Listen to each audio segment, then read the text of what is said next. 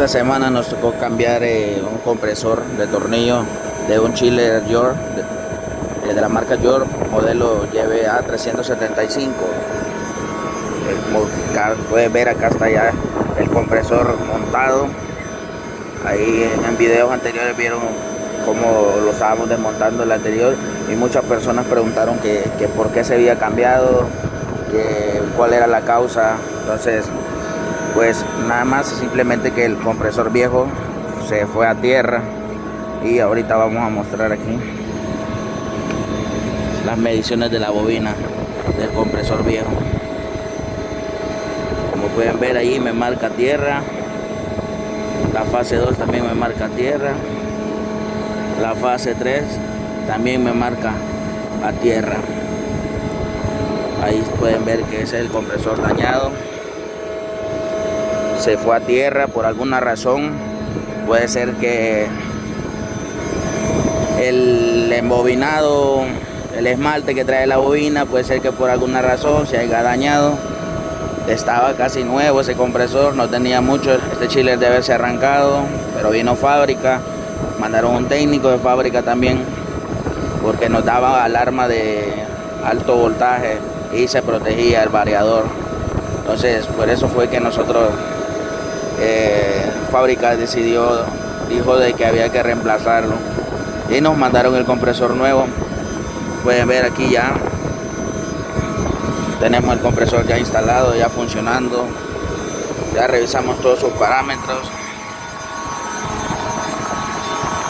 Estamos revisando la carga de refrigerante. Pueden ver el visor ahí, está en buen nivel. Tenemos los manómetros.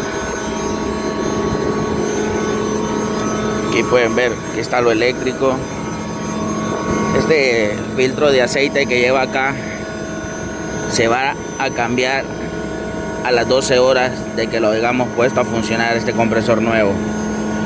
Esto se hace porque los compresores están almacenados, entonces estos filtros muchas veces tienen tiempo de estar ahí. Entonces, por seguridad, lo que se debe hacer es cambiar el filtro que viene acá. Para hacer eso, pues fácilmente tú cierras la válvula que tienes acá, en la cual tú cierras la descarga. Cierras esta válvula de acá, que es la válvula de succión. Acá no necesitas cerrar, porque si tú tienes el equipo apagado, esta válvula que está acá se mantiene cerrada.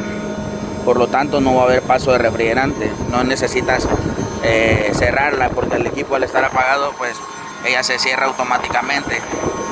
Y otro que debes de cerrar también es esta válvula que está por acá, que es la línea de inyección de aceite hacia el compresor, que viene del separador de aceite. Una vez que tú has cerrado todas esas válvulas, pues tú ya tienes hermético el compresor, ya lo tienes aislado. Lo único que te queda es recuperar el refrigerante que queda dentro de él. Con una recuperadora lo debes de hacer, no lo debes botar, no lo debes de tirar a la atmósfera. Y quitas esto.